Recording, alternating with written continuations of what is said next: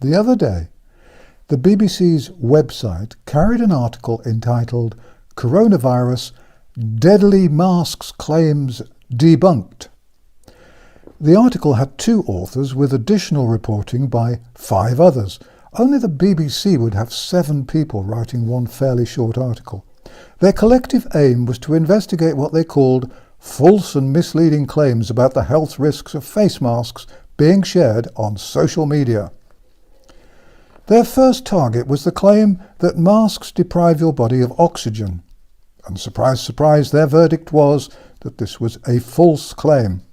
They quote someone called Professor Keith Neal, described as an infectious diseases expert, who says that thin paper or cloth masks will not lead to hypoxia.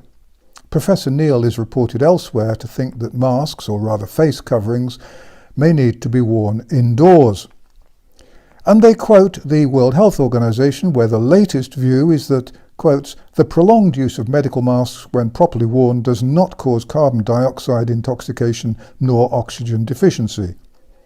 That view, of course, having come from the World Health Organization, may well have changed by the time I finished reading the sentence. And that appears to be it. One professor in the World Health Organization, a body which I don't think I'm alone in thinking is about as reliable on health issues as the members of the Goon Show or the Marx Brothers.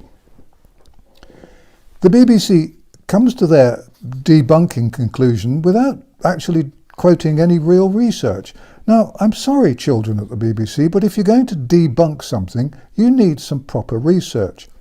What about, for example, the fact that the British government has stated that citizens don't have to wear masks if they have respiratory problems of any kind? Why would they say that if masks didn't make breathing more difficult? Breathing, I should perhaps explain to the BBC, involves breathing in oxygen and breathing out carbon dioxide. It's a natural process. Oxygen in, carbon dioxide out. And what about the fact that 2 schoolboys who were wearing face masks while running on a track both collapsed and died? It was surmised that this was probably because the strain on their hearts had proved fatal because of the shortage of oxygen. And the picture which appeared on the internet the other day, which showed a lady collapsed in the street with her face mask pulled down from over her mouth and nose. More significantly, what about the study involving 53 surgeons, which showed that the longer a mask was worn, the greater the fall in blood oxygen levels? It was concluded that this may lead to the individual passing out, and it may also affect natural immunity, thereby increasing the risk of infection. It's been reported that an N95 mask can reduce blood oxygenation by as much as 20%, and this can lead to a loss of consciousness. Naturally, this can be dangerous for drivers, for pedestrians, or for people just standing up. The BBC could have done their own research by buying an oximeter and a mask, not scientific particularly, but nevertheless revealing. And then there was a study of 212 mask-wearing healthcare workers, which showed that 1/3 of them developed headaches, with 60% needing painkillers to relieve the headache. Some of the headaches were thought to be caused by an increase in the amount of carbon dioxide in the blood or a reduction in the amount of oxygen in their blood. Another study, this time of 159 young health workers, showed that 81% developed headaches after wearing face masks, so much that their work was affected. Sadly, the 7 writers working for the BBC and writing this one article didn't quote any of these. Who wants boring research papers cluttering up a debunking?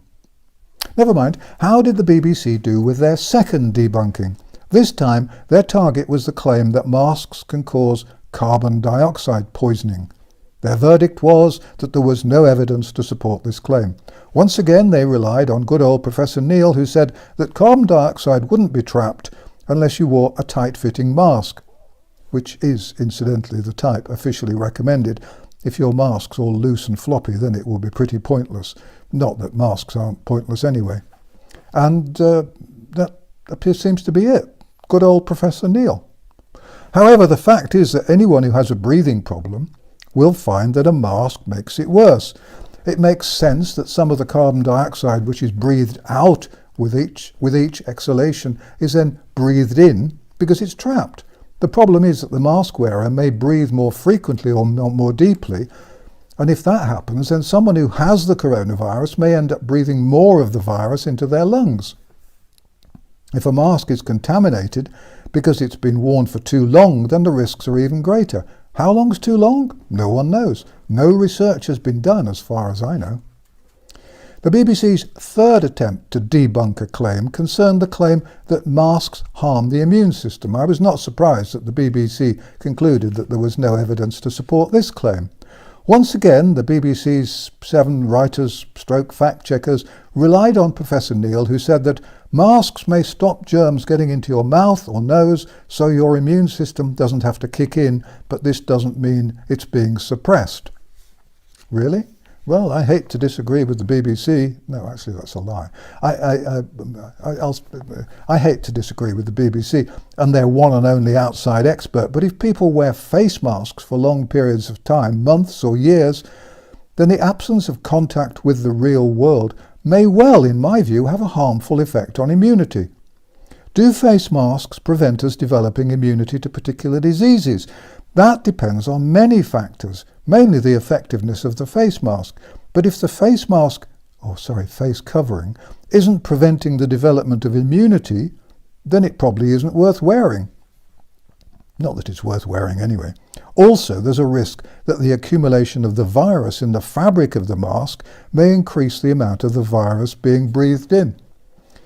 This might then defeat the body's immune response and cause an increase in other infections, not just the coronavirus. I'm not alone in being concerned about all this. Dr. Russell Blaylock, a retired neurosurgeon, reported that wearing a face mask can produce a number of problems, varying from headaches to hypercapnia, a condition in which excess carbon dioxide accumulates in the body, and that the problems can include life-threatening complications.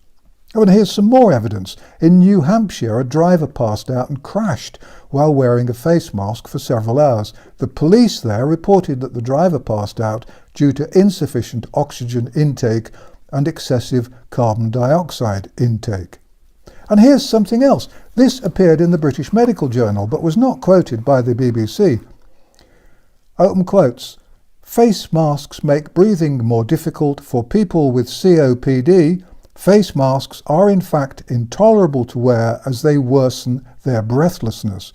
Moreover, a fraction of carbon dioxide previously exhaled is inhaled at each respiratory cycle. Those two phenomena increase breathing frequency and deepness, and hence they increase the amount of inhaled and exhaled air. This may worsen the burden of COVID-19 if infected people wearing masks spread more contaminated air. This may also worsen the clinical condition of infected people if the enhanced breathing pushes the viral load down into their lungs. Close quotes. That was in the British Medical Journal, but the BBC didn't find it. I think I've got more research on my side than the BBC has managed to dig up, with respect to their one professor. Sadly, and with great regret, my conclusion that the BBC is once again wrong and spreading false comfort, which could, in my opinion, be dangerous and potentially deadly. Their researchers, in my view, really need to look for more than one source in future. And children at the BBC, it's always a good idea to look for a few scientific papers and bits of research to back up your opinions. Ringing up one bloke for a quote isn't really doing research. The fact is that sadly not much research has been done into mask wearing, but there is some. And maybe the BBC next plans on doing a little fact-checking. They should get some grown-ups to do it. Please send your complaints to the BBC, which has known financial links with the British government, the European Union, and the Bill and Melinda Gates Foundation. And if you want real facts about wearing masks, take a look at my 2 videos which are entitled Face Masks Ending the Confusion and Masks Part 2, The Reasons They Want Us to Wear Them. YouTube took down the first of my mask videos, but when I protested that it contained nothing but real facts and that they were taking it down as a political act, they kindly put it back up.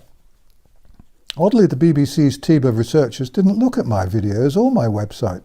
What a surprise that was. I was terribly shocked and disappointed.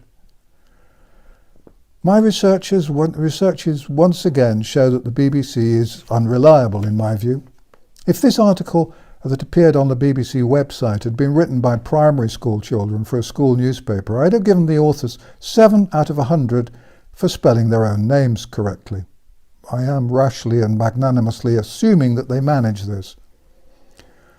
I firmly recommend that if you're British, you avoid giving any money to this terrible and untrustworthy organisation. You mustn't do this illegally, of course. The basic rule, as I understand it, is that you must have a TV licence in the UK if you watch, record or otherwise consume live television. If you don't watch live television, then you don't seem to need a licence. I have no idea what streaming is, but if you start doing it before a programme ends, you need a licence.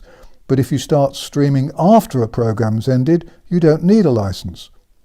I checked and got that information from an article in a rag called The Guardian, because I thought that The Guardian would not be rotten about the BBC. After all, they both have links with Bill and Melinda. I wish I could stop paying the BBC licence fee myself, but sadly I can't do this because I haven't paid the BBC licence fee for years. Thanks for watching. If you could, it would be very helpful if you put a thumbsy up thing and a comment on at the end of this video, because apparently that helps to make sure the videos are visible. I have no idea why, but I'm told it does. Thanks for watching An Old Man in a Chair, and thanks for your encouragement and support. Please copy and paste the videos on BitChute, whatever else there is. If you'd like to put on a translation, that's fine. If my videos disappear, then go to my website and we'll try and tell you where they might be found. On the website you can always find transcripts of all the videos, including the ones that have been banned. This channel hasn't been monetized, nor has the website. There's no adverts and there's no sponsorship. Please subscribe to the channel, because if you do that, there's a bigger chance that you'll be able to find the videos. If you visit mainstream media, then put a little note on the end of articles that you see on the internet and ask people to come and look at the Vernon Coleman videos on YouTube. Maybe they might learn something different to the stuff that's available in the newspapers. Although it might feel like it at times, please remember, you're not on your own. More and more people are waking up, and we will win this war. Thank you for watching.